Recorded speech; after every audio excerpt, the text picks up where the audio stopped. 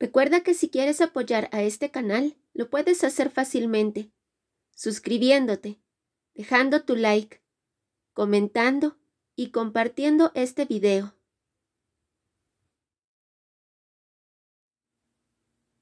Matthews se estacionó enfrente de la casa unas horas después de la última vez que hablamos con Duane.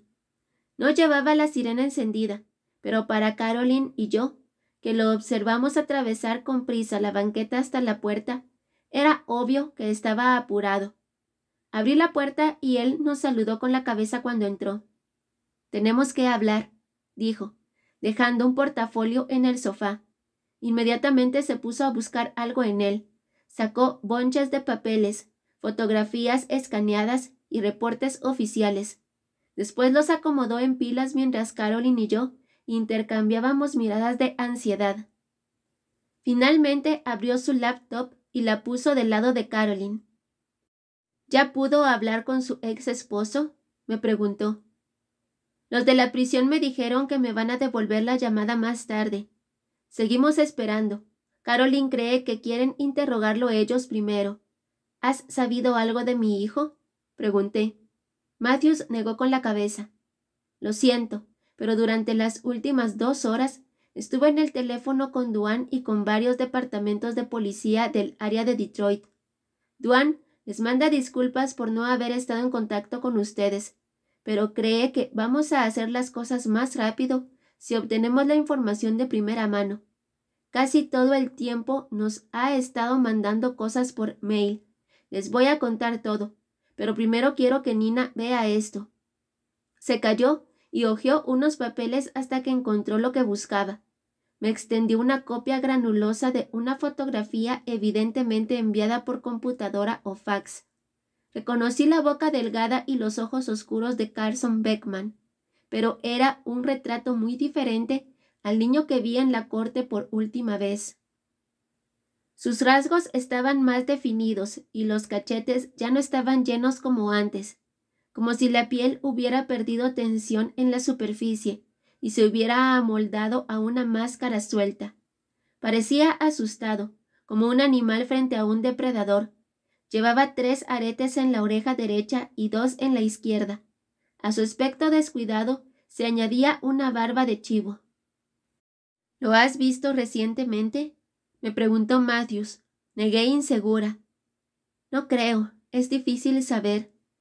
Matthews habló emocionado, como si tratara de comprimirlo todo en un resumen, pero sabía que no tenía posibilidades.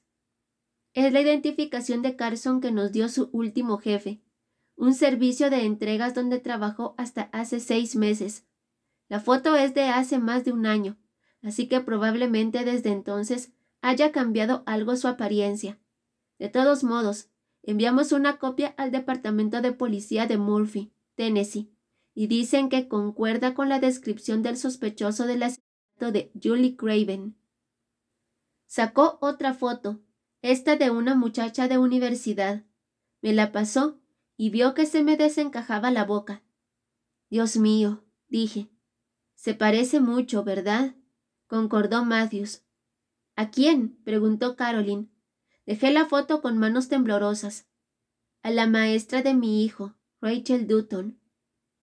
«Todavía no significa nada necesariamente», nos advirtió Matthews. Finalmente, parecía tener las cosas en el orden que quería. Se recargó en el sofá y respiró profundamente antes de continuar. «Frecuentemente buscan víctimas que comparten ciertas características físicas. Así que con todo lo que hemos descubierto en las últimas horas, es la pista más segura que tenemos. Bueno, desde después del asesinato de su familia, Carson se quedó bajo la custodia de su tío paterno, un hombre llamado Joe Beckman, y su esposa Laurie. Duane fue a verlos», dijo Caroline. «Fue desde ahí donde me llamó. Aparentemente, la hermana de Lane Dockery llevaba un tiempo tratando de ponerse en contacto con ellos, desde que su hermano desapareció, pero no le respondían, ya fuera porque su entrevista con Dockery no salió bien o porque Carson les dijera que no hablaran con nadie al respecto. No sabemos, pero cuando Duane les habló de Hayden, cedieron». Carson vivió con sus tíos desde la época de los asesinatos hasta hace 2 años, cuando se mudó a un departamento del otro lado del pueblo. Ellos pensaban que todavía estaba ahí hace unas 6 semanas, hasta que el agente inmobiliario les llamó para decirles que iba a recuperar el departamento por falta de pago. Todavía quedaban unas cuantas cajas y los tíos, que autorizaron vaciar el inmueble, las recogieron y guardaron en su garage. Aseguraron que no habían tenido ningún contacto con su sobrino desde entonces. Duane les sacó parte de la historia y yo conseguí el resto con la policía local, pero lo demás proviene de las mismas posesiones de Carson. Me extendió unas cartas escritas a mano. Tragué saliva con dificultad al reconocer la letra. Janine Dockery dice que encontró el reloj de su hermano entre las cosas de Carson, en las cajas. Está grabado con las iniciales de Lane Dockery. Hasta ese punto, los tíos habían estado reticentes, pero Duane dice que la hermana de Dockery perdió la paciencia y ella y la tía se pusieron a gritar mientras el tío llamaba a su abogado. Duane convenció a Joe Beckman de que más adelante sería mejor para él que lo consideraran una ayuda y no un obstáculo. Los pobres parecían estar hasta la coronilla de todo el asunto. Puse una mano sobre el brazo de Matthews. Sentí su piel caliente y su pulso acelerado. Empiece por el principio, por favor. Respiró profundamente otra vez y dijo: Está bien, está bien. Básicamente, Carson tuvo problemas desde que se mudó con sus tíos hasta que se fue. Lo cual es de esperarse, después de lo que le pasó, dijo Caroline. Estoy de acuerdo, pero tú has estado en el negocio tanto tiempo como yo. No has de poder dejar de darte cuenta de cuántas veces la víctima se convierte en el agresor. Lo siento, pero es un hecho de la vida. Toma el ejemplo de Charles Pritchett. Duane dice que la tía repetía y repetía que Carson estuvo en varios tipos de terapia durante todo el tiempo que vivió con ellos, y que no se les podía decir que hicieran más de lo que habían hecho por él. Sus propios hijos ya habían crecido y se habían mudado de la casa con sus propias familias, y, de repente, tenían un adolescente problemático viviendo bajo su techo. Sus hijos trataban de hacer que Carson se sintiera como en casa cuando volvían para las fiestas y esas cosas, pero Joe Beckman asegura que mientras más trataban de incluirlo, él se apartaba más. Finalmente se convirtió básicamente en un trato en el que ellos le daban comida, alojamiento y una pensión a alguien que sentían como un extraño. Insinuaron algunos problemas con las autoridades, pero Duane no consiguió que especificaran cuáles. Entonces llamé a la policía local. Carson ya tiene edad suficiente como para que sus registros juveniles fueran removidos, pero eso no pasa siempre, ni en nuestra propia oficina, así que me imaginé que valía la pena intentar. Hablé con un tipo de registros, le expliqué la situación, que un niño podía estar en riesgo, y encontró lo que necesitaba. Matthews deslizó unos papeles y nos dejó verlos. Eran reportes policiales, uno de un cargo por agresión contra una mujer por parte de un menor. Carson estaba enlistado como sospechoso. Este es de cuando tenía 16, dijo Matthews, solo unos meses después de que testificara en el juicio de Randy. Atacó a una niña de la escuela. No la lastimó gravemente, pero ella se asustó tanto que sus padres levantaron una denuncia y lo expulsaron de la escuela. El juez del caso sintió pena por el pasado de Carson y suspendió la sentencia, por lo que le permitieron terminar la preparatoria en un colegio privado. Nos mostró otro reporte. No estuvo preso por esto, pero llevaron a Carson a declarar como sospechoso por una serie de denuncias por voyerismo en el vecindario. Creo que tenemos amplias evidencias de un joven que realmente se está desviando del camino. Removí los papeles y encontré uno que me había llamado la atención antes. Le pasé las cartas a Matthews y le pregunté: ¿Y estas? Asintió. Son de Randy. Son bastantes, y parece que Carson conservó la mayoría, lo que sugiere que quería que las encontraran en algún momento. Han estado en contacto durante años. Por eso te pregunté si ya habías hablado con Randy. Caroline sacudía la cabeza. ¿Por qué querría Carson mantener correspondencia con el hombre que asesinó a su familia? No es estable, dijo Matthews encogiéndose de hombros. Es decir, no puedo saberlo a ciencia cierta, y solo tenemos la parte de la correspondencia de Randy. Me imagino que tenías razón al suponer que las autoridades de la prisión en California están tratando de sacarle información. Ya me puse en contacto con ellos, y dicen que registraron la celda de Randy, pero no encontraron nada. Él sabía que leían su correo, todos los prisioneros lo saben, así que me imagino que destruía las cartas de Carson conforme llegaban, o por lo menos antes de que todo esto se descubriera. Me miró a los ojos. Tenemos que volver a llamar a San Quentin y pedir que te comuniquen con él ahora mismo. Todavía no, dije. Tengo que saber el resto sobre Carson. Él está suelto y Randy no. Bueno, pues como dije, terminó la preparatoria y tuvo varios trabajos en el área y los alrededores. No hay registro de actividades extracurriculares, pero no es inusual en un muchacho de su edad. No hemos podido localizar a ningún amigo o conocido, así que la policía de Detroit va a comenzar con sus compañeros de trabajo y su jefe más reciente. Tenía contacto poco frecuente con sus tíos hasta la entrevista de Dockery, después de la cual desapareció. No supieron nada de él hasta que el supervisor del departamento les pidió que recogieran sus cosas. Sacó varios papeles, copias de las cartas de Randy para Carson. Estas están más o menos en orden cronológico, según nosotros. La primera parece ser de hace 2 años, justo después de Año Nuevo. Randy hace referencia a la decisión de Carson, que según Duane y yo, ha de ser un impulso interno que llevó a Carson a iniciar el contacto.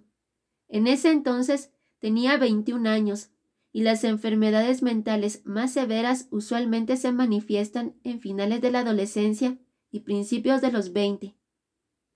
Después está esto. Dices que has tratado de dejar todo atrás, pero sigues con los sueños. Dices que no paran y que la doctora Vale y sus pastillas tampoco te ayudan. Te aconsejo que te preguntes por qué me encontrarías a mí, y el énfasis es de Randy, entre toda la gente del mundo. Las respuestas que buscas ya están dentro de ti, si tienes el valor de enfrentarte a ellas. Yo no puedo darte las respuestas, pero puedo ofrecerte toda la ayuda que pueda darte. Eso es lo menos que te debo. Unas cuantas reglas, sin embargo. Seguramente ya sabes que leen el correo que entra y sale antes de entregarlo.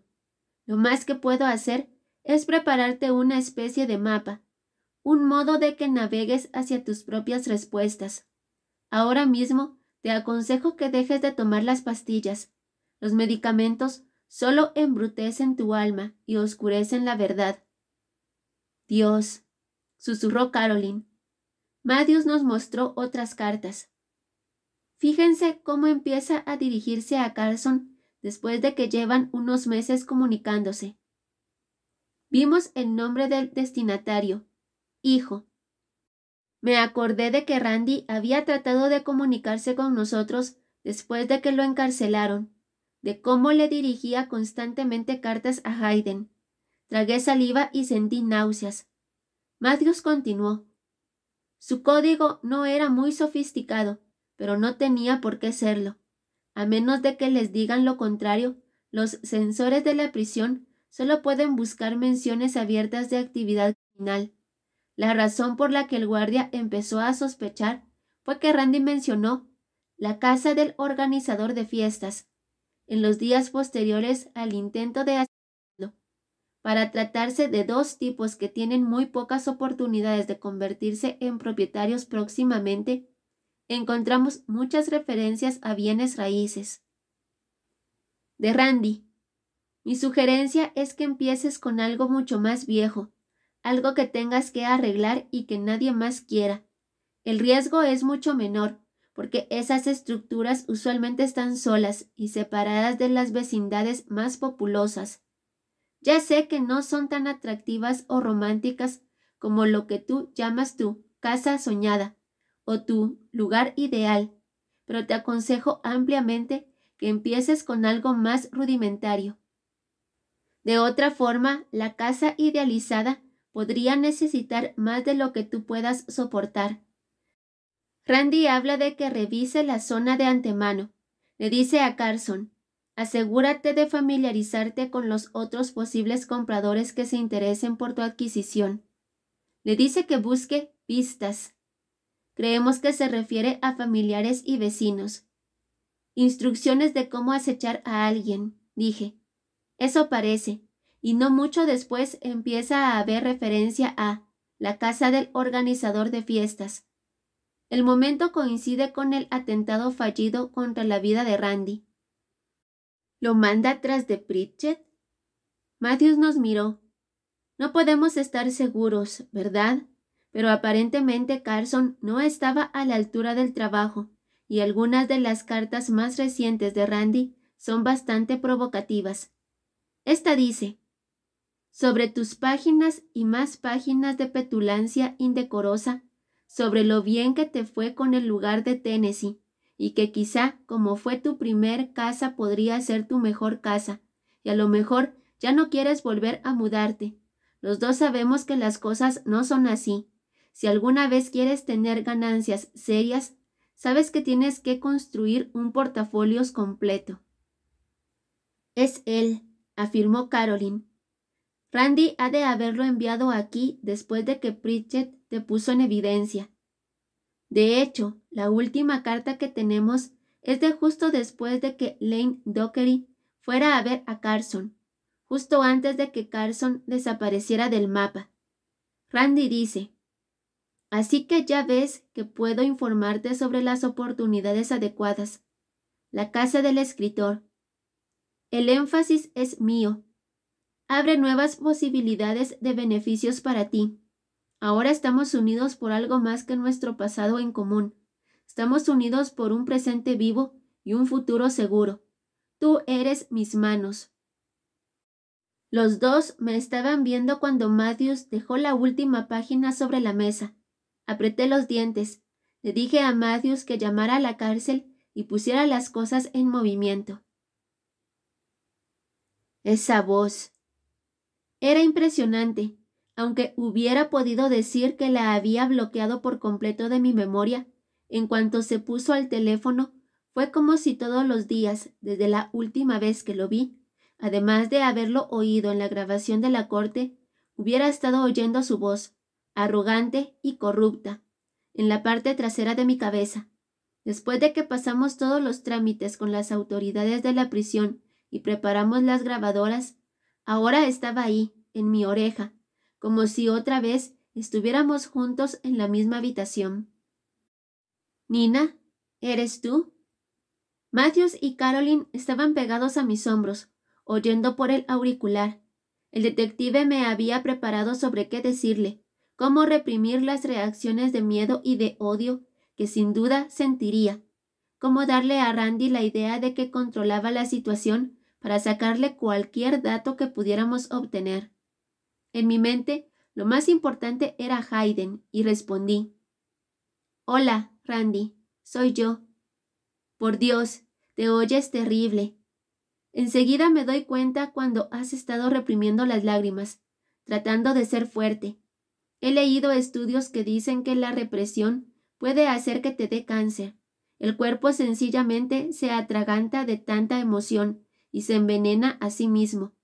Tienes que soltarte, aunque sea una sola vez en tu vida. Su alegría era forzada y traté de saborear el triunfo personal de que fracasaba al tratar de mortificarme, que obviamente era lo que él quería, pero era difícil por el pulso acelerado de mis orejas. Randy, ya sabes la razón de haberte llamado. Alguien se llevó a nuestro hijo. Necesito saber qué sabes al respecto. Momento, dijo, y ahora la burla apareció rápidamente y sin restricción. No he hablado contigo en 6 años, y lo más probable es que nunca lo vuelva a hacer, así que hagamos que valga la pena. Tú me vas a oír a mí. Y me sorprendió oír la desesperación en su voz. Se habría quedado despierto a lo largo de los años, imaginándose esta conversación, tratando de encontrar la manera de infligir más dolor. Si así era, estaba dispuesta a aguantarlo. No significaba nada para mí. Te escucho, Randy. Tú y un cuarto lleno de policías, seguro. Aparentemente consiguió controlarse y su voz se hizo firme. Creo que la última vez que te vi fue en la corte, cuando montaste tu escenita sobre lo sorprendida que estabas por haber descubierto la verdad sobre mí. Tengo que preguntarte, ¿te entrenaron? No, no les estaba permitido. Resopló. Si tú lo dices. Por favor, no me aburras, Nina, porque ya estoy muy aburrido. No tengo nada con que entretenerme excepto pensar en ti y en lo que debes estar pasando, así que compártelo conmigo. Me estoy muriendo, declaré tan sencillamente como pude. Ah, por fin, dijo. El anillo de la verdad. No eres estúpida, Nina. Nunca lo fuiste. Sabías algunas cosas de mí mucho antes de que te regalara mi llave. No me pareció un regalo, Randy. Más bien me pareció una maldición. Me pareció que querías lastimarme desde el principio y lo hiciste con mentiras y una vida secreta. Y cuando ya no podías hacerlo de esa manera, lo hiciste con la verdad. Eres un sádico, Randy, y tienes razón en que lo sabía en algún lugar en mi interior. Pero nunca quise creer que estuviera viviendo con alguien tan monstruoso como tú. Sin que pudiera evitarlo, me vino a la memoria el recuerdo de él y yo sentados en el sofá de su departamento, la noche que me vine abajo y estuve lloriqueando 1 hora y media por mi exnovio Brad. Fue un melodrama exagerado, una representación horrible, especialmente porque en ese momento Randy y yo solo llevábamos unos meses juntos. Sin embargo, se sentó junto a mí, me frotó los hombros y me limpió las lágrimas de los cachetes con dedos cuidadosos. Volví a sentir el vértigo, la emoción que me embargó cuando dijo, «Yo puedo cuidarte», la aceptación de que sabía que no podía amarlo como había amado a la sombra ausente, pero que él me iba a amar a pesar de eso, sin condición, y lo mucho que la ternura de su acto me consoló. En ese entonces pensaba que necesitaba que me cuidaran. No podía concebir que pudiera sobrevivir después de estar completamente sola. Lo que queremos creer y lo que creemos rara vez son la misma cosa, decía ahora. Ya sé que tampoco vas a creer esto, pero yo nunca te odié. Nunca me sentí sádico contigo.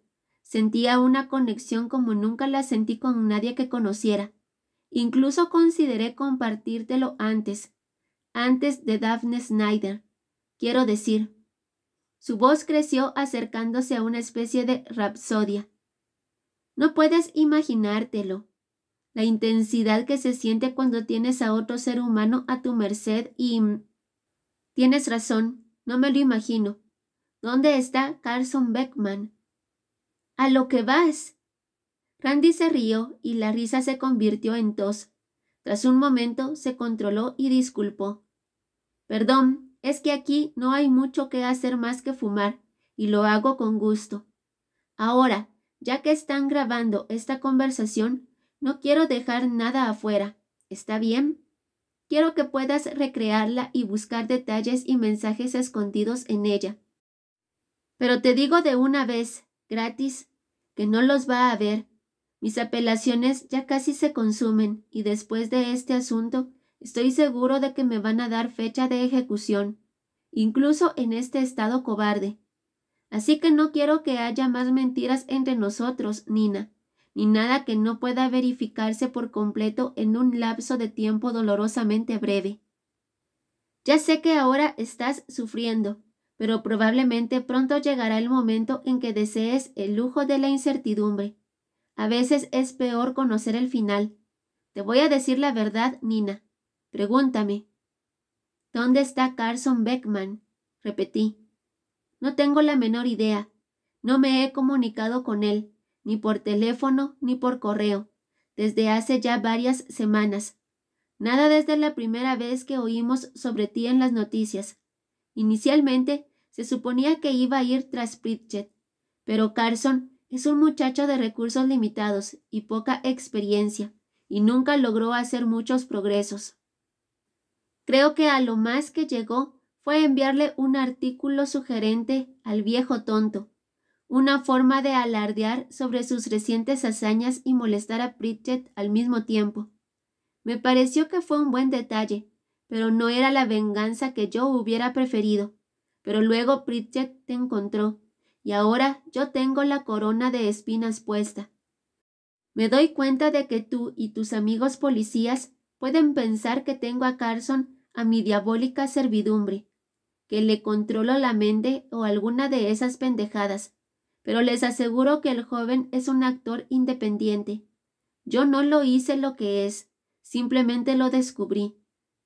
¿Y qué es? Es igual que yo, por supuesto. Cualquier marca con la que quieran etiquetarlo. No te puedes imaginar el impacto cuando lo descubrí. Siempre creía en la noción de un universo sin Dios, que la entropía lo movía todo, y que solo había que rendirse cuentas uno mismo. Pero después de Carson, las cosas empezaron a cambiar, porque me di cuenta de que haberlo elegido entre todos los blancos del mundo, bueno, es demasiado como para llamarlo coincidencia, ¿no crees? Primero vi a su madre y a su hermana caminando por Ashland Avenue, y las dos estaban resaltadas. Eso nunca había pasado antes.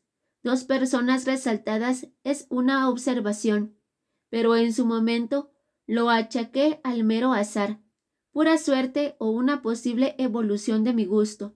Las seguí, aceché fuera de su casa según mi modus operandi usual. Mientras observaba el segundo día de vigilancia, nunca lo voy a olvidar. Era un día claro y el aire estaba seco y frío. Nadie más estaba en la casa cuando Carson se bajó del camión de la escuela justo enfrente, y 10 minutos después salió sigilosamente por la puerta de atrás, cargando algo en sus brazos, como si fuera el secreto más grande del mundo. Era un saco de tela cruda, como si llevara papas. La dejó en el patio de atrás, y vi que regresaba dentro y volvía a salir con una pala. Después cavó un hoyo profundo en la parte de atrás de la propiedad, tan cerca que, si no hubiera estado tan obviamente concentrado en lo que hacía, me habría preocupado que fuera a verme. No era el funeral de una mascota querida. Eso era evidente por la forma como volteaba hacia un lado y otro y hacia la casa, para asegurarse de que nadie se acercara mientras estaba ocupado en su labor. En su mayor parte los árboles lo escondían de los patios de los vecinos, que era una de las ventajas en las que yo mismo había pensado para entrar. Cuando el hoyo estuvo listo, volteó la bolsa para que el cuerpo del gato cayera en él, y estaba destazado en varias partes. Vi su cara cuando lo hizo. Se quedó viendo un buen rato, recordando, y me di cuenta de que se emocionaba por las imágenes que llegaban a su mente. Enrolló la bolsa, cubrió el hoyo y entró en la casa sin mirar atrás. Hasta casi se me había olvidado respirar. Lo vi, lo reconocí. ¿Por eso lo dejaste con vida? Pues claro, no puedo jactarme de haberlo previsto todo. Nunca me imaginé que se iba a poner en contacto conmigo. Simplemente quería que estuviera desatado y libre en el mundo, y saboreara la idea de que probablemente yo lo había estimulado, tomando en cuenta lo que le pasó a su querida familia, que no tenía ni idea de quién o qué era su hijo. Lo que les hice, seguramente más adelante en la vida, habría llevado a los extremos incluso a una persona normal, pero con él prácticamente estaba asegurado, afirmó con simpleza, como si fuera una reflexión académica. Cuando me contactó, al principio solo pensé en ello como un ejercicio, en una relación estilo maestro-alumno. Quizá creyó que a lo mejor yo pudiera darle alguna información que le evitara cometer algunos de los errores que yo cometí. Me sentía importante, no voy a decir que no, pero en realidad no había considerado usarlo como una extensión mía hasta el torpe atentado de Pritchett contra mi vida. Eso sucedió solo unos meses después de mi primer contacto con Carson. Una vez más, lo tomé como una señal de un poder superior que me había ofrecido esta herramienta, aunque fuera Roma y sin formación. Creí que el muchacho podía ser de utilidad, pero, desafortunadamente, está demasiado verde como para controlarlo desde lejos. Lo que sí es seguro es que si alguna vez consigue canalizar sus impulsos, va a sobrepasar mis números. Pero, como es ahora, no hay modo de saber lo que va a hacer. Honestamente, yo quería que los matara a los dos, enseguida. No estoy seguro de qué se trata esto del secuestro y todo eso. A lo mejor el chico está envenenado por las historias de Hollywood y cree que puede negociar con alguien. No podía atenerme más a las restricciones de Matthews. Dije, por Dios, Randy, Hayden también es tu hijo. Y ahora no lo va a olvidar nunca, respondió Randy. Ni tú tampoco. Adiós, Randy. Nina, si se pone en contacto contigo, te sugiero que lo tomes en serio. Lo que sea que le pase a Hayden, no creo que Carson pueda hacérselo sin dirigirse a ti personalmente. Creo que, a lo largo de nuestros años de comunicación, sí conseguí transmitirle un poco de esa obsesión que tengo hacia ti. ¿Cuándo vas a dejar de lastimarme? ¿Cuándo vas a dejar de lastimar a todos? El daño que hago dura por generaciones. Puedes preguntarle a cualquier familiar sobreviviente de mis víctimas. Y en tu caso, mi daño termina con las generaciones.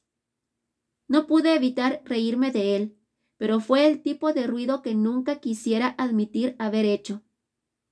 Eres patético, Randy, de verdad. Espero que lo sientas cuando te mueras. Espero que te duela. Y luego azoté el teléfono contra la mesa. Caroline me abrazó. Matthews no podía mirarme a los ojos.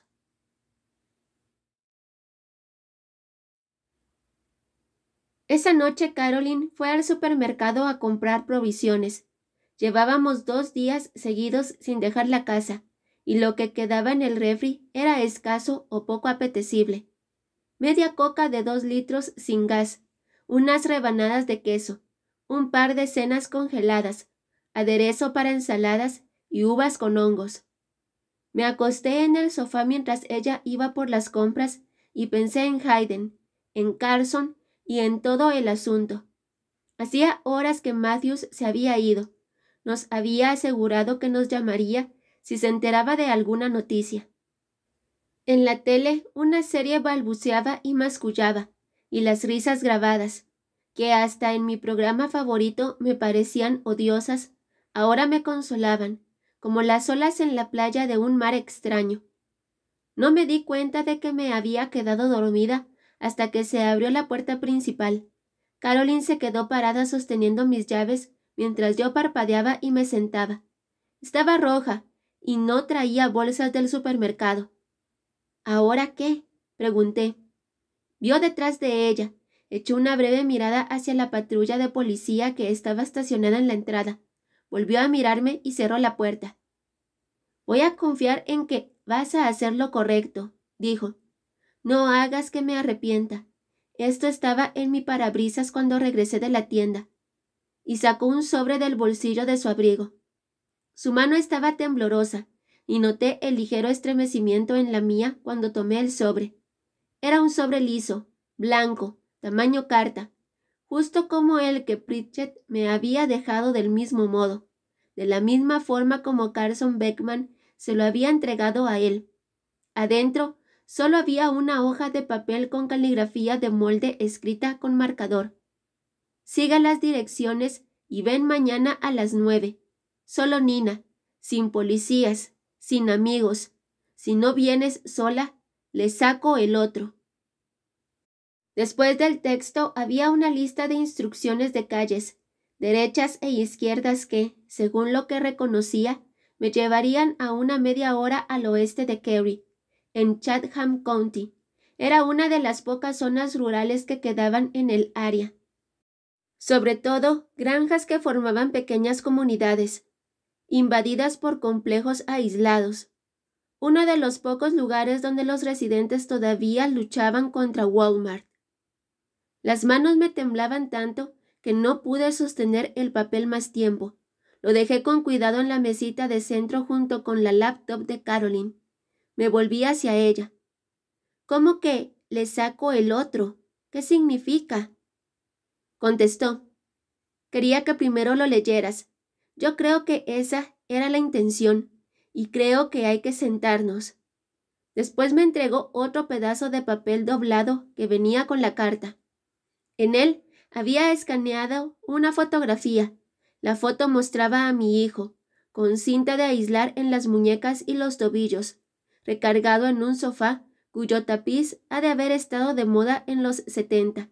Detrás de él una pared plana y vacía, de sótano o bodega, bloques grises de concreto sin ventanas visibles. Hayden tenía otra cinta en la boca, igual que en las fotos de una cámara de vigilancia de la escuela, solo que ahora también tenía un pedazo de gasa negra y de apariencia corriente, agarrado con cinta de aislar sobre el ojo izquierdo. ¡Ay, Dios! Me puse una mano sobre la boca, otra vez, como hice tantos años antes en el cobertizo de Randy. Ese sello involuntario. Los ojos de mi bebé, pensé agobiada. Caroline se sentó a mi lado y con cuidado me arrancó la foto de las manos. Tenemos que salir ahora mismo y decirle a la policía. Ellos van a llamar a Matthews. Podría mandar a un equipo SWAT en 1 hora y traer a Hayden esta misma noche. No. Mi respuesta fue inmediata y tajante. En mi mente, yo podía ver que los policías sacaban una bolsa del tamaño del cuerpo de Hayden por la puerta delantera de una casucha anodina. Escenas de situaciones de rehenes en las noticias de la tarde se pasaban una y otra vez en mi mente. Los resultados raras veces eran buenos, y Carson estaba completamente loco. Por lo menos tan loco como Randy, y a lo mejor un poco más. Agarré de nuevo la foto e hice que Caroline la mirara. Ya viste lo que le hizo en un ojo. Si ese cabrón puede hacerle eso a un niño, ¿crees que tendría algún problema en matarlo? Míralo. Caroline trató de razonar conmigo. Si vas sola, los va a matar a los dos, así de sencillo. Me di cuenta de que estaba respirando con trabajo. Era como si hubiera habido un zumbido apresurado y absorbente en mis oídos y en mi cabeza, y de repente se hubiera quedado en silencio, quieto, calmado y claro. Tal vez no, dije. Tal vez me quiera a mí más que a Hayden. O sea, de eso se trata todo, ¿no? Ya oíste a Randy en el teléfono. Está usando a Carson como su última oportunidad para acabar conmigo, para hacer lo que quiera de mí. Si Carson quería matar a Hayden, no hubiera mandado este mensaje. Solo lo hubiera matado y enterrado, y luego hubiera venido por mí en otro momento. A lo mejor ya lo hizo, dijo Caroline tan bajo como pudo. No sabemos cuándo tomó esa foto ni lo que ha pasado desde entonces. No me hagas jugar con la vida de mi hijo, Caroline. No puedes. Ella sabía bien que estaba hablando en serio, pero hizo un último intento. Por lo menos déjame llamar a Duane. Carson tuvo que estar en este vecindario en la última media hora. Ha de haber vigilado la casa y me siguió a la tienda para dejar la nota. Es posible que todavía nos esté observando. Negué con la cabeza y tomé la dirección. Entonces nos ha estado vigilando más tiempo que las últimas horas. Sabe que la policía está aquí. Si los policías no lo han visto durante todo este tiempo, ¿por qué crees que lo van a poder rastrear ahora? Ha de haber cámaras de seguridad en el estacionamiento del supermercado. A lo mejor podamos averiguar qué tipo de coche usa y... Puse las 2 manos sobre sus hombros. Caroline, detente. Si tengo que hacerlo, encontraré la forma de escabullirme de ti y de la policía. Carson no está pidiendo rescate. No pide nada. No tiene la intención de que sobrevivamos. Eso lo sé. Pero, ¿te acuerdas de lo que dijo Randy? Dijo que tomara a Carson en serio, y yo creo que se refería a esto. Es mi oportunidad de hacer algo, y necesito tu ayuda, pero no puedo arriesgarme a que alguien más lo vaya a echar a perder. Tú ya me ayudaste más de lo que hubiera podido pedir, pero esto es lo más importante que puedes hacer por mí en la vida. Lo que va a borrar que hayas ayudado a Pritchett a encontrarme y todo lo que ha pasado por ello. Ayúdame a salvar a mi hijo. No le digas a nadie, ni a Duane ni a la policía. Dejó caer la cabeza y vi las lágrimas que caían, pero no hizo ni un sonido. Por fin fue a su maleta de noche y sacó una pistola que parecía pesar 20 kilos. Si estás tan decidida, tienes que llevarte una de estas, y yo voy a ir contigo, por lo menos hasta que llegues a la casa. Puedo esperarte en la esquina de la calle si quieres, pero voy a ir. No es negociable. Yo quiero que vayas, le aseguré. Pero ahora mismo tenemos que bajar las cosas del supermercado de tu coche antes de que la policía se dé cuenta de que algo anda mal. Si insistes en seguir adelante, yo insisto en que lo uses, dijo Caroline. Duane y yo los llevamos en el carro en caso de que nos metamos en problemas. Después de lo que le pasó, como parte de sus esfuerzos por evitar que respondiera a la convocatoria de Carson, había pasado una buena parte de la noche contándome, con todo lujo de detalles, cómo había terminado la carrera policíaca de Duane. En ese entonces era detective, después de haber cumplido su tiempo en las calles como patrullero. Él y su compañero habían ido a arrestar a un funcionario corrupto. Al funcionario le habían dado el soplo de que iban para allá. Cuando llamaron a la puerta, los invitó a pasar amablemente y después les disparó a los dos a 1 metro de distancia. Así fue como Duane Rowe dejó el departamento de policía de Reston, Virginia, con una pensión completa por incapacidad, y esa fue la manera como consiguió el dinero para empezar su propio negocio. Ella lo conoció mientras cubría la historia para el periódico local y el resto, como dicen, es historia. Caroline me recordó los detalles más graves mientras jalaba las tiras alrededor de mis costillas y aseguraba los lados. Consiguió lo que buscaba al decirme los números. Duane necesitó cerca de 20 bolsas de sangre en la unidad de emergencias.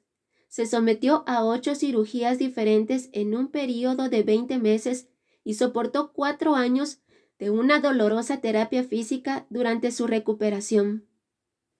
El cabello nunca le volvió a salir sobre las heridas de bala en el cráneo y por eso, hasta ese día, siempre usaba una gorra de béisbol. Dejé caer los brazos hacia atrás. El chaleco antibalas era voluminoso e incómodo, y le dije que no quería hacer nada que hiciera que Carson sospechara de mí, pero ella no me permitió decir que no. En la nota no decía nada en específico sobre tu protección, me advirtió por enésima vez. No tenía caso recordarle que no estábamos tratando con una persona que se iba a tomar el tiempo de considerar si llevaba o no la apariencia adecuada. Ella lo sabía. Se sentía impotente y asustada, porque no estaba pasando lo que ella se había imaginado. Ella quería que un equipo SWAT descendiera de un helicóptero, que hubieran francotiradores desde los árboles. Yo solo quería a mi hijo a salvo en mis brazos.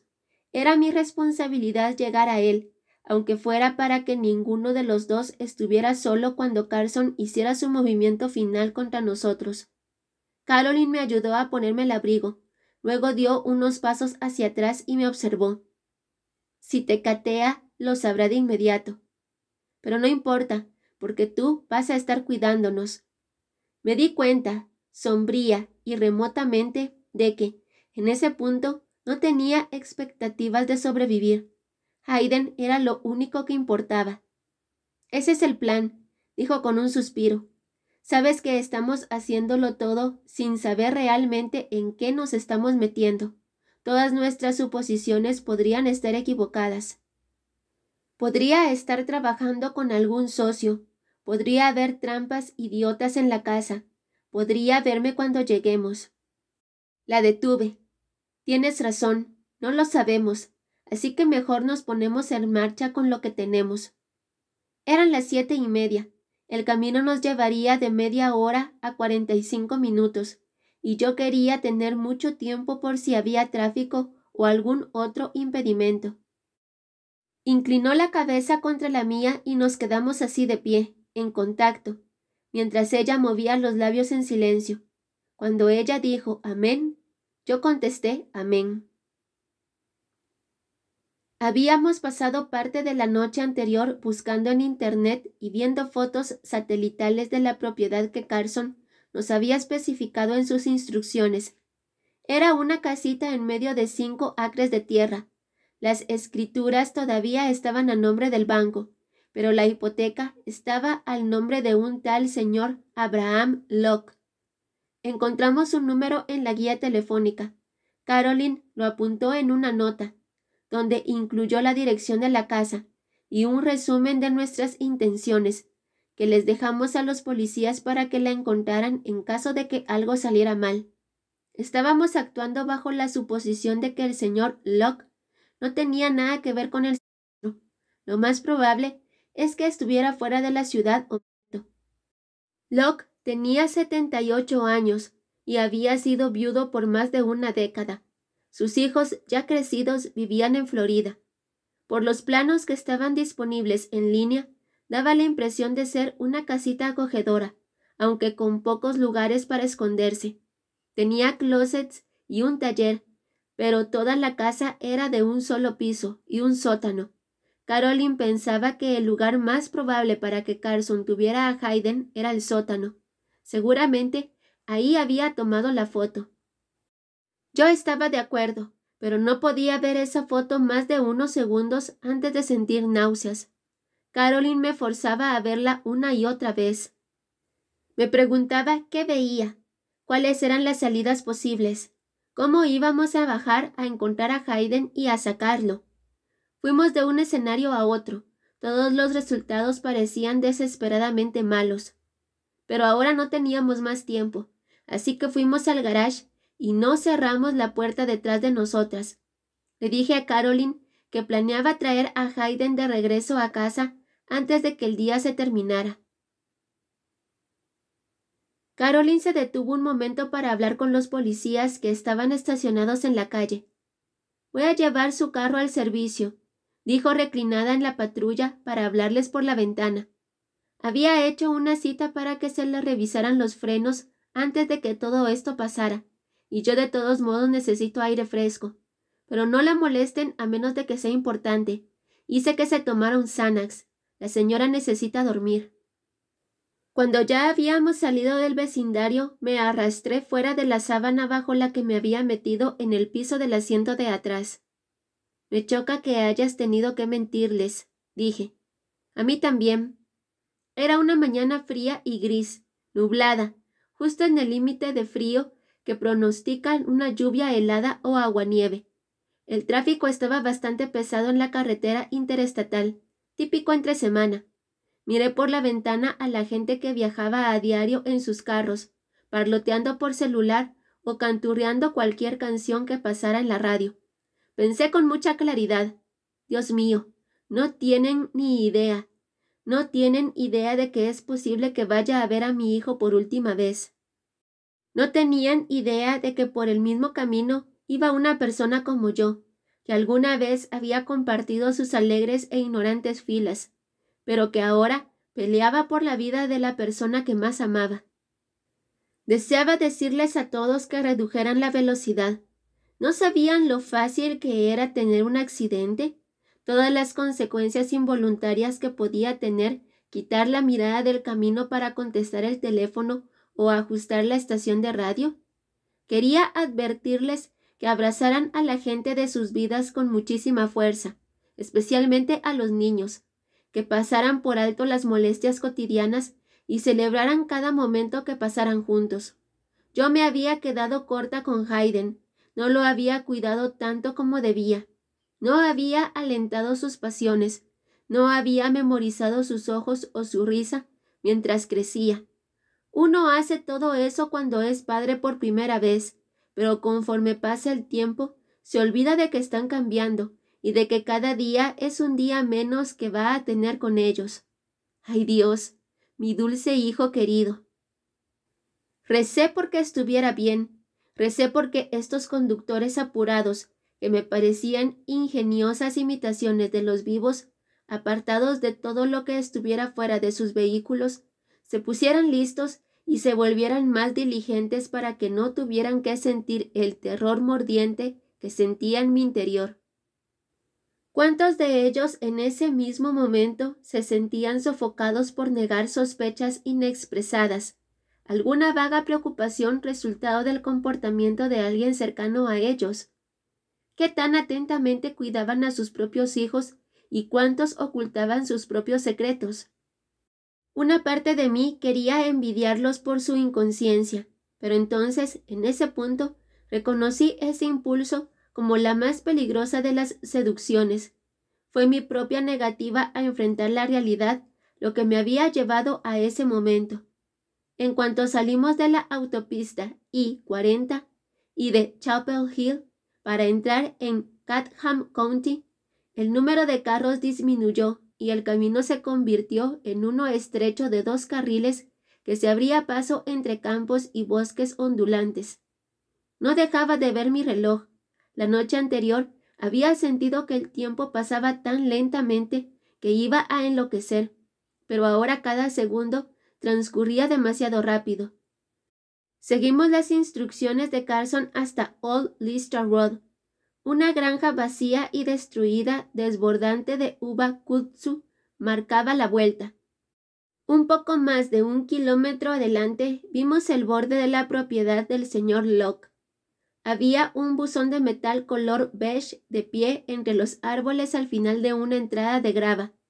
Caroline pasó por enfrente a buena velocidad y siguió por el camino hasta que encontró un lugar adecuado donde pudimos dar la vuelta. El paisaje era tupido, con zonas densas de árboles, y todas las casas parecían estar bien apartadas del camino. A solo unos kilómetros atrás, la urbe se comía el campo, pero aquí los nativos se resistían con fuerza, lo cual era malo para nosotras, porque una vez que diéramos vuelta en la entrada de Locke, quedaríamos absolutamente fuera de vista desde el camino. Caroline paró el coche y nos cambiamos de lugar. Ella se metió bajo la misma sábana que me había cubierto a mí cuando salimos de mi casa. Mis manos se sentían frías y húmedas dentro de los guantes, aunque teníamos la calefacción encendida. Me eché en reversa para dar vuelta y volví lentamente por Old Lister, hacia la entrada de Locke. Eran 10 minutos antes de las 9. Me decía una y otra vez que pronto tendría otra vez a Hayden. Una vez más, dijo Caroline detrás de mí. Lo habíamos repasado más veces de las que me había importado contarlas, pero recité lo que sabía que ella quería escuchar. Si sale a revisar el coche y Hayden no está con él, tú le dirás y confiamos en que todo salga bien. No podía evitar sentirme escéptica de nuestro poco brillante plan de contingencia. Si no, yo entro sola. Esperas 10 segundos a que yo haya entrado y luego vas detrás de mí. Si Hayden no está al alcance de Carson, digo en voz alta, ¿dónde está?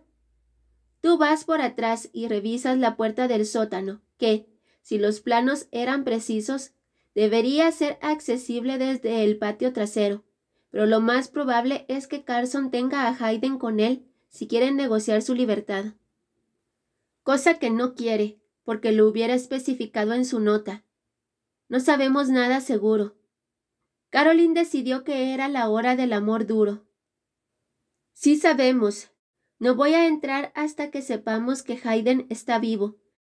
El área del pecho es un blanco más amplio, así que apúntale ahí si puedes. Dijo esa 1,000 veces. ¿Y si trae un chaleco antibalas? Entonces apúntale a los ojos. Su voz era desapasionada y fría, exactamente lo que necesitaba escuchar. ¿Ya le quitaste el seguro? Revisé por tercera vez. Le dije que estaba lista. En una vida de mentiras, negación y ceguera voluntaria, estaba más lista que nunca. A los 5 minutos para las 9, di vuelta en la entrada de Locke. Era como si pudiéramos oír cada fragmento de grava pulverizándose bajo las llantas. La estrecha entrada se doblaba ligeramente a la derecha. Después, la casa estuvo a la vista. Era exactamente como nos la habíamos imaginado por los planos. Un rancho de un piso con árboles cerca del patio. A veces, sus ramas rozaban las tejas estropeadas por el clima. El camino terminaba en un garage para 2 carros. Un Land Cruiser de Toyota y una limusina Lincoln compartían la bahía. Caroline, todavía agachada en la parte de atrás, me preguntó qué veía. Le describí todo apenas moviendo los labios. Lane Dockery tenía un Land Cruiser, recordó. Entonces Carson la ha de haber cambiado las placas. Apagué el motor e intenté tragar saliva, pero la garganta solo hizo un ruido seco. Me quité los guantes, metí la mano en la bolsa del abrigo y tomé la culata de la pistola. Había una puerta después del Land Cruiser o podía tomar el camino de ladrillos que daba la vuelta al garage hacia la puerta principal. Caroline me preguntó, ¿lo ves? No. Estoy segura de que él te ve a ti. Ponte en marcha. Por fin conseguí destrabar mis músculos y salir del coche. Mi respiración pasaba a raudales por mi cara y pensé que iba a vomitar. La quietud amortajó al mundo entero. Solo se oía el sonido impersonal y ártico del viento, que movía las ramas de los árboles muy arriba de mi cabeza. Las más débiles crujían estrepitosamente cuando se doblaban y chocaban entre ellas. Caminé rígidamente alrededor del garage hacia la puerta de enfrente. Las cortinas estaban bien cerradas en los 2 pares de ventanas que podía ver. A mi izquierda solo había una gruesa intrusión de árboles. A lo lejos se veía intermitentemente la carretera a 50 metros. No pasaban carros. Levanté la mano frente a la puerta sin adornos para tocar, cuando una voz que venía del otro lado dijo, ¿con quién hablabas allá afuera? Conmigo misma, contesté sin dudar. Entra con las manos en alto donde pueda verlas. Todas las palabras sonaron con un temblor, como si quien hablara tuviera tanto miedo como yo, aunque no creía que fuera posible. Estaba tan aterrada, extraída de mi corporeidad, capaz de desintegrarme en cualquier momento en un hato de fantasmas. La puerta principal se abrió, mostrando un corredor en penumbra, con una sala amplia a mi derecha. La ausencia de luz y las cortinas corridas le daban a la escena un brillo subacuático, y me tomó un momento que mis ojos se adaptaran. Pero el olor rancio fue inmediato. Conforme las sombras se disolvieron en la penumbra, vi un cuerpo tirado en el pasillo que llevaba a la parte de atrás de la casa. Estaba envuelto en plástico transparente, así que no podía ver las facciones, pero era del tamaño de un hombre, no de un niño. Me pregunté brevemente cómo habría muerto Abraham Locke, si Carson simplemente había llamado a su puerta y lo había saludado con furia fulminante, o si había entrado en la noche. Recordé las cartas de Randy para Carson, en las que le recomendaba que acechara a los viejos y débiles porque estaban solos, y era más probable que pasara mucho más tiempo sin que los reportaran desaparecidos que a una persona más joven, con más contactos. Probablemente Locke no había muerto por otra razón que la de su casa retirada del camino transitado, lo que se adecuaba a los planes de Carson. Los pisos eran de madera, las paredes tenían un tapiz de un diseño beige que seguramente había sido alegre en los años antes de que se decolorara, hacia un matiz amarillento y sucio. Los techos de estuco mostraban marcas de humedad y colgaban telarañas de las esquinas mohosas. Estaba fresco ahí dentro. La temperatura no era mucho más alta que afuera.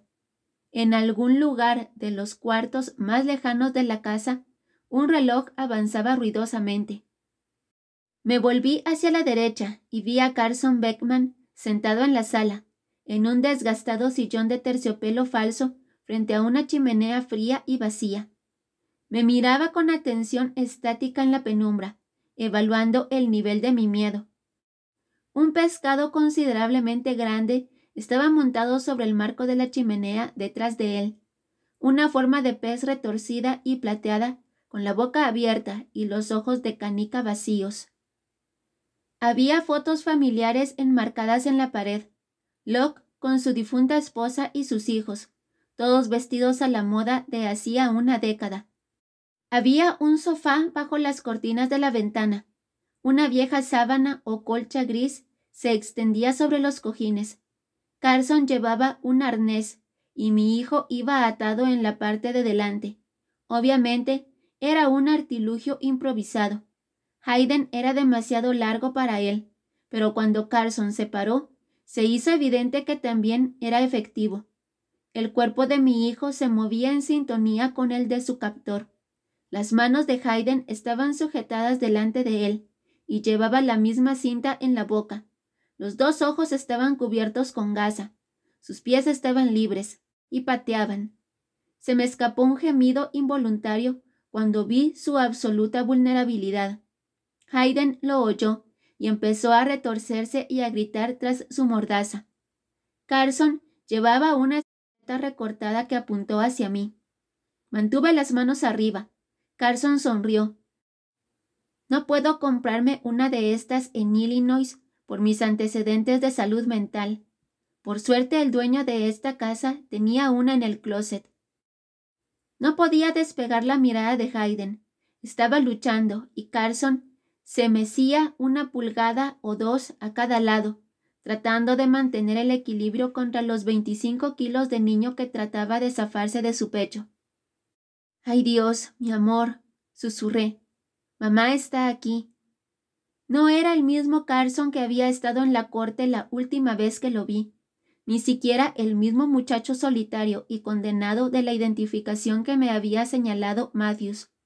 Estaba más demacrado, desgarbado, disminuido a pesar de su estatura, como si se lo hubieran comido del centro y fuera a quebrarse en dos si trataba de doblarse a la altura de la cintura.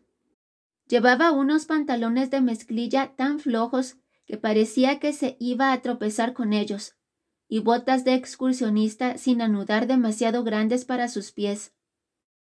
En las sombras su cara se veía devastada, arrugada y picada con marcas más pronunciadas que las de hombres que le doblaban la edad. Unos círculos negros le rodeaban los ojos. Se me quedó viendo, y una sonrisa triste y seria se propagó por su cara como una grieta en una montaña que se desmorona. «Déjalo ir», le pedí. Carson apuntó hacia mí, dijo. «Él se va a sentir tan orgulloso de lo que he hecho». Fue entonces cuando me di cuenta de que me iba a matar. El instinto tomó el control. Me encogí hacia los lados mientras me movía hacia él para tratar de agarrar a Hayden. No fue una buena idea, porque el chaleco antibalas me protegía del frente y la espalda, pero no se extendía a los lados, donde solo estaban las tiras de tela y los broches.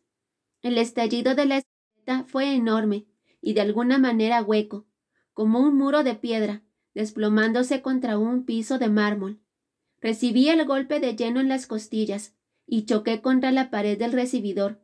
Mis piernas dejaron de funcionar y me quedé despatarrada boca abajo. No podía respirar. Oí sus pisadas acercándose y me di la vuelta boca arriba. Mi lado derecho estaba completamente entumido. No podía mover ese brazo. La pistola estaba en ese bolsillo. Mi pecho se alzaba, tratando de inhalar contra lo que sentía como 1 tonelada de presión, sacando el aire de mis pulmones. El zumbido de mis oídos casi bloqueó lo que Carson me estaba diciendo mientras estaba parado sobre mí.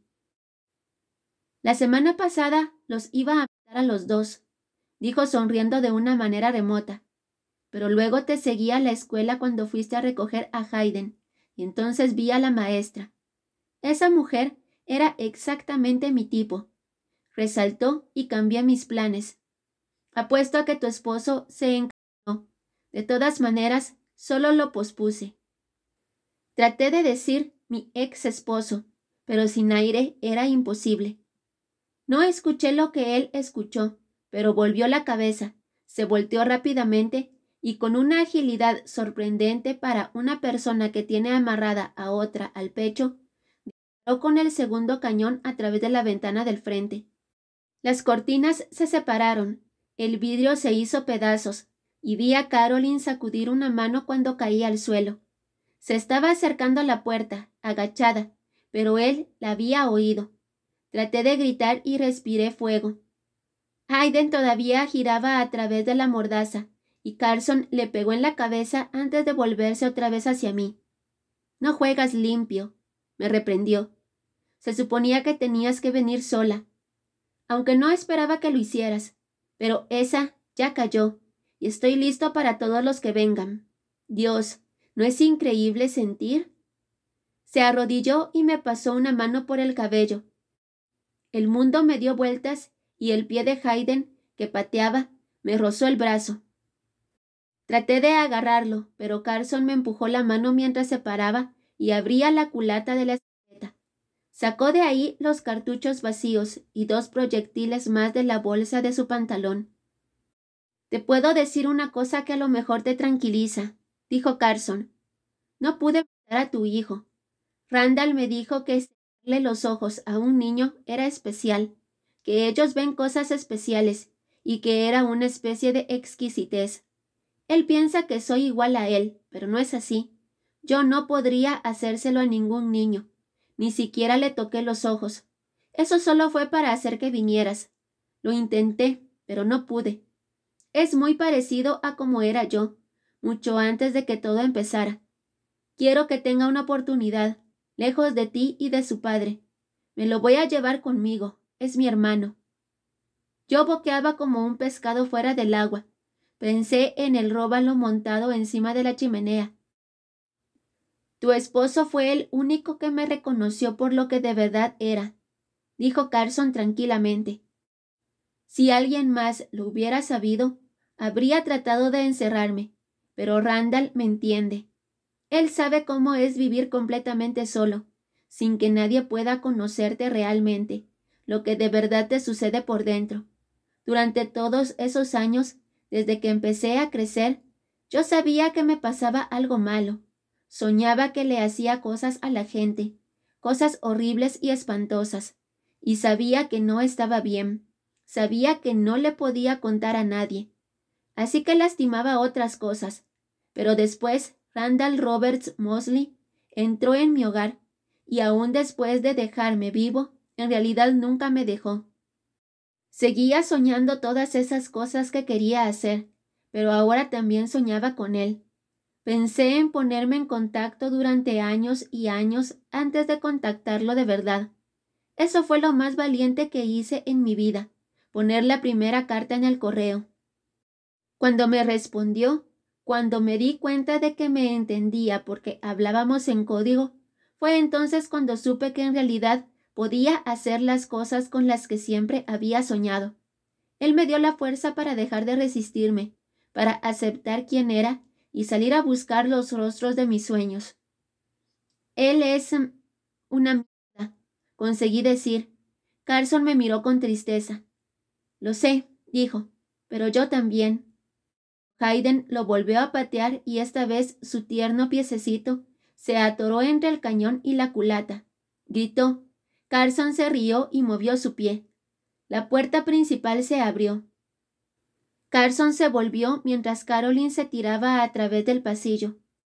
Los disparos fueron como pequeñas oclusiones en mis oídos que zumbaban. La cabeza de Carson se hizo a un lado y luego al otro. Le grité a Caroline que se detuviera, segura de que le iba a dar a Hayden. Carson Se dio la vuelta y cayó de lado, frente a mí. Hayden se sacudió todavía agarrado a él. Caroline dejó la pistola con cuidado sobre la alfombra y me miró. Vi que tenía la espalda desgarrada por el perdigón. El aire se llenó de un humo azul cuando dijo: Llamé a la policía antes de bajar del coche. No pude responderle. Me arrastré por el piso con las uñas. Llegué hasta Hayden y Carson. Jalé las correas del arnés y las tiras que ataban a mi hijo. Gritó cuando le quité la cinta de la boca. ¡Mami! ¡Mami! Le pregunté si estaba herido, pero no dejaba de llorar. Jalé las correas hasta que se soltaron y cayó en mis brazos. Él mismo se quitó la cinta de los ojos y parpadeó.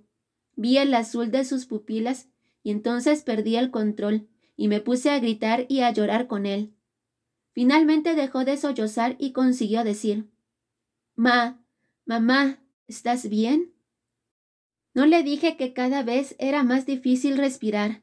Miré a Caroline y dije: Hayden, tienes que agarrar la sábana que está en el sofá y ponérsela en la espalda, ¿sí? Sosténla lo más fuerte que puedas. No quería separarse de mí, pero lo hizo. Caroline hizo un ruido de dolor cuando la sábana le tocó la piel, y yo no estaba segura de que fuera la medida más higiénica.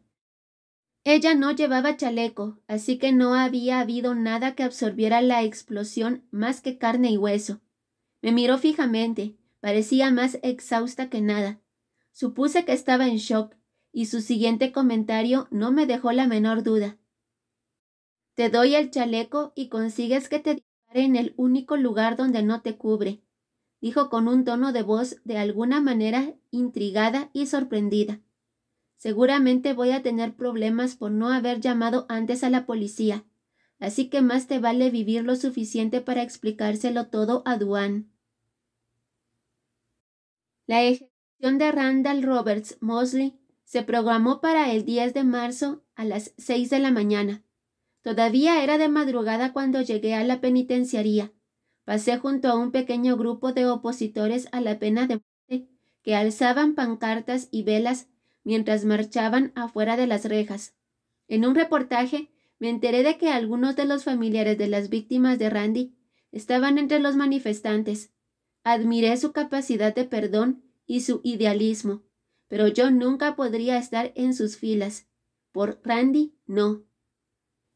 Me senté en la sala de observación junto con otras 11 personas, parientes de las víctimas, en su mayor parte, y un par de testigos de la prensa. No asistió ninguno de los abogados de Randy. El guardia entró, se presentó y nos resumió brevemente lo que íbamos a ver y las reglas de comportamiento. El guardia Jenkins era un hombrecito sesentón, vestido informalmente con una camisa sin cuello y una chamarra caqui. Nos aconsejó reprimir cualquier demostración emotiva, aunque comprendía lo difícil que era. Dijo que, en circunstancias normales, al prisionero se le daba la oportunidad de decir sus últimas palabras, pero que el señor Mosley no estaba manejando bien la situación y no iba a hacer declaración alguna. Randy había tratado de comunicarse conmigo varias veces a lo largo del último año, desde la terrible experiencia con Carson Beckman. Ignoré sus solicitudes. Me daba gusto que no pudiera decir nada ese día. Sentí que ya le había dado una amplia oportunidad de decirme todo lo que tenía que decirme. 2 años de novios, 4 de matrimonio y luego otros 7 en los que había sufrido sola. Para nada habría vuelto a oír una sola palabra que saliera de su boca. Lo llevaron a la sala 5 minutos antes de las 6, completamente sujeto. 2 guardias sostenían sus piernas y otros 2 sus brazos. Me desconcertó momentáneamente lo gordo que se había puesto. Había subido unos 50 kilos desde el día que me había dejado la llave. También estaba calvo, lo que lo hacía parecer aún más patético. No hacía justicia a su imagen temible que se retorciera y resistiera a cada paso que daban. Varias personas se movieron con incomodidad en la sala de observación y yo comprendí por qué. Las películas nos habían entrenado para que fuera una ocasión solemne. Nos habían instruido sobre la gravedad silenciosa del condenado y la honorable satisfacción del injuriado. Pero Randy, como siempre, parecía resuelto a arruinarlo todo. Gritaba a través del protector bucal de goma y empujaba a los guardias mientras lo amarraban a la mesa. Unas tiras de tela aseguraban sus brazos y piernas, y no pude evitar pensar en Hayden y Carson Beckman. Había dejado a Hayden en el este, con los Macpherson, quienes me volvieron a hablar cuando me convertí en una celebridad aceptable. Imaginen, lo único que necesitaba era que me dieran un beso. A mi derecha estaba Dennis Hughes, el hermano menor de Kid. Kid y Leslie Hughes fueron asesinados menos de un año antes de que me enterara de que estaba embarazada de Hayden. A mi izquierda estaban Paul y Catherine Zimmerman. Su hija Jane fue asesinada poco después de que Randy y yo nos casamos, cuando él estaba en un viaje de negocios en Minneapolis. Dennis me tomaba la mano derecha con fuerza. Catherine Zimmerman tomaba mi mano izquierda. La mayoría de las familias afectadas habían rechazado la invitación, a pesar de los muchos que habían ido a las noticias para expresar su oposición a la sentencia. La mayor parte estaba satisfecha con ella, pero no sentían la necesidad de ver en persona que se llevara a cabo. Charles Pritchett estaba en la sala de observación, sentado atrás de mí a la derecha. No tuve motivo para hablar con él y por fin me ofreció el mismo respeto. Los cirujanos me habían extraído 40 perdigones del costado. La fuerza del impacto me rompió 2 costillas y nunca jamás volvería a dormir sobre el lado de la herida. Perdí parte del hígado y más tarde me dijeron que había estado a unos minutos de desmayarme cuando los paramédicos llegaron a la casa de Abraham Locke. Tuve el gusto de enterarme de que el hígado es un órgano regenerativo y volvió a crecer. Pasé 2 semanas en el hospital e infinidad de horas en interrogatorio con el detective Matthews y otros policías, todos igualmente disgustados conmigo. Sin embargo, ninguno estaba tan enojado como Duane Rowe, que apenas me había dirigido unas cuantas palabras desde que pasó todo, a pesar de que su esposa y yo seguíamos en contacto. Al principio estaba tan furioso con Caroline que pudieron haberse divorciado, si no hubiera estado tan feliz de tenerla con vida. Sus heridas no eran tan serias como las mías, pero se había sometido a múltiples injertos de piel y había pasado varios meses en recuperación. Rechacé las ofertas para hacer un libro y una película, pero les di a los Rowe mi bendición para aceptar esa oportunidad. Por lo que había leído en los periódicos, vendieron los derechos por una buena cantidad de 6 cifras. La hermana de Lane Dockery estaba escribiendo su propio libro. Cuando finalmente terminaron de amarrar a Randy, aparentemente dejó de resistirse del todo. Los médicos ladearon la mesa donde estaba extendido. Quedó ligeramente inclinada para que él pudiera vernos. El vidrio que separaba la sala de observación del cuarto de inyección era translúcido, y el guardia nos había dicho que Randy iba a poder vernos claramente. Le concedió su última mirada a cada uno de los testigos, con su cara enjuta y retorcida. Oí que Pritchett lo maldecía por última vez. Después los ojos de Randy se detuvieron en mí. Trató de hacer una sonrisa amenazante, pero con el protector bucal entre los dientes solo parecía enfermo. Pero yo sonreí por él. Mientras el médico le conectaba la intravenosa y empujaba el émbolo de la primera jeringa, la que contenía el fármaco para sedarlo, no dejé de mirarlo directamente a los ojos. Quería que mi cara fuera lo último que viera en su vida. El terror y la pena que experimentó al final fueron claros en su expresión, y sus facciones se hicieron flácidas. Transcurrieron unos minutos antes de que su pecho dejara de subir y bajar. Más o menos un minuto después, un doctor lo declaró muerto. 2 meses después, estaba con Janine Dockery en Pullen Park, viendo a los niños que jugaban bajo la suave luz del sol. Janine había llegado esa mañana, y se iba al día siguiente para reunirse con sus editores de Nueva York. El Resplandor me hizo recordar cuando conocí a Duane y Caroline Rowe, en ese mismo parque el invierno anterior. Habían pasado tantas cosas desde ese encuentro. Yo ya no veía a Duane y a Caroline solo de vez en cuando. La atención que hubo en torno al caso de Carson Beckman dificultó que pudieran mantener el anonimato en su profesión, así que cambiaron sus labores de trabajo a campo de administrar una pequeña plantilla de investigadores privados, que consistía en su mayor parte de ex policías que Duane conocía personalmente. Caroline me dijo que el detective Matthews se había retirado de la fuerza policial para tomar un trabajo en su empresa. «Hacen un buen trabajo», dijo Janine cuando le conté, «y me ayudaron a escribir el libro». Janine se veía mejor de lo que me imaginaba cuando solo la conocía como una voz en el teléfono.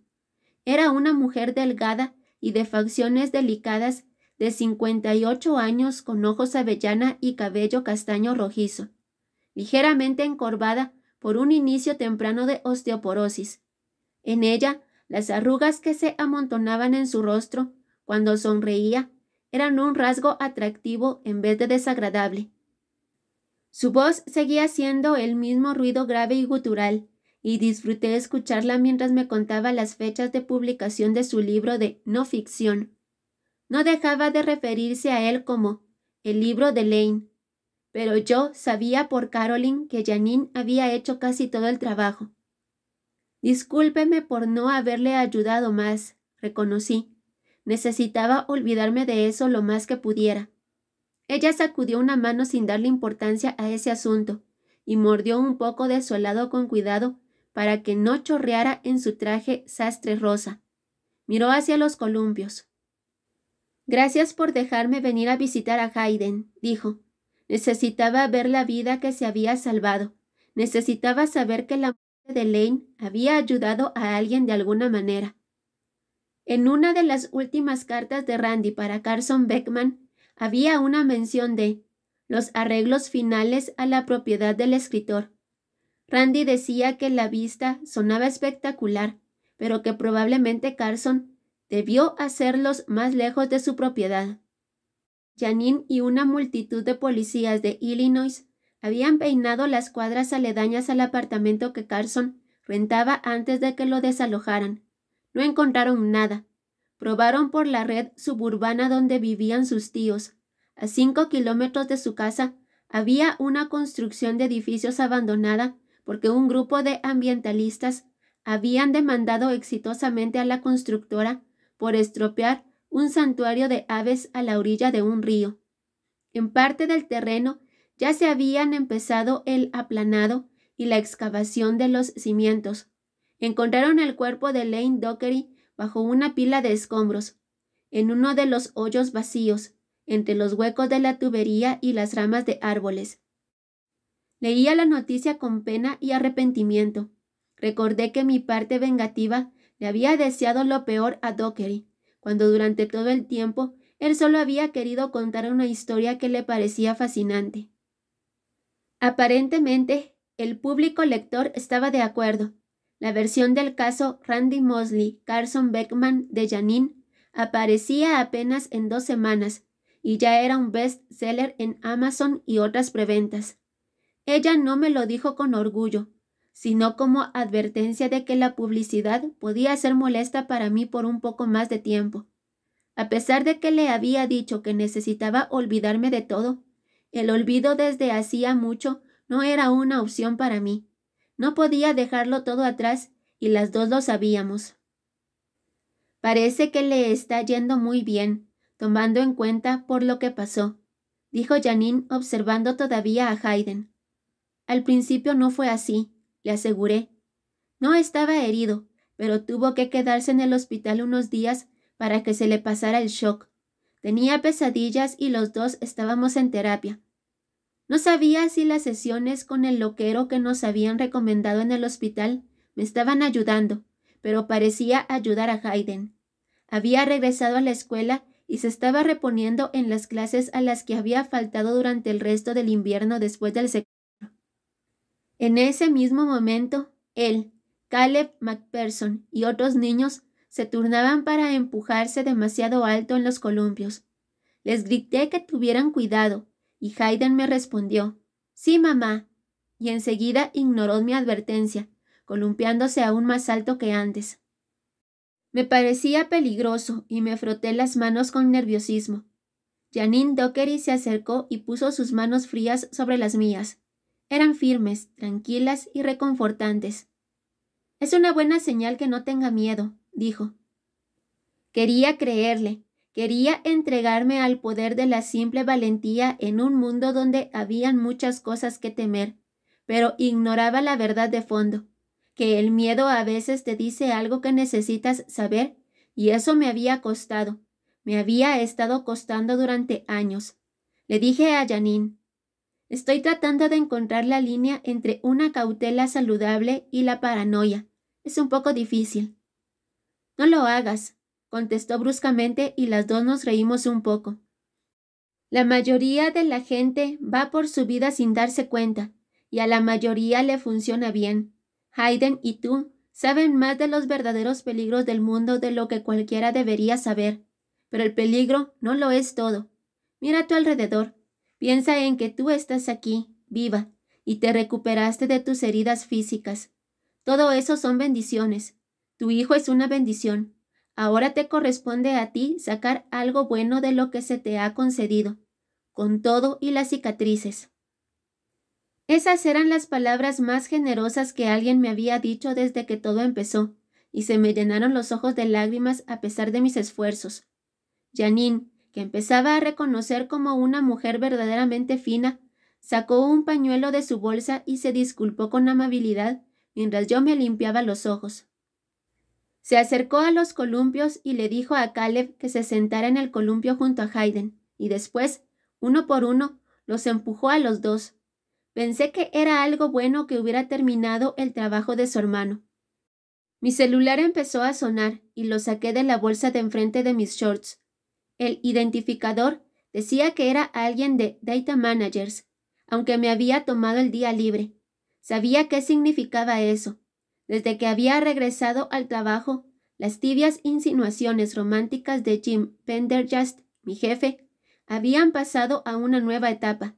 Incluso habíamos salido a comer algunas veces e insistía bastante en que saliéramos a cenar. Yo no dejaba de rechazarlo con el pretexto de que era muy difícil encontrar una niñera para Hayden, pero la verdad era que no estaba preparada para dejar solo a mi hijo. Ahora que lo veía empujar las piernas hacia adelante y atrás en el columpio, haciendo arcos en el sol como si pudiera alzar el vuelo y no le importara mirar abajo, decía que era hora de contestar el teléfono.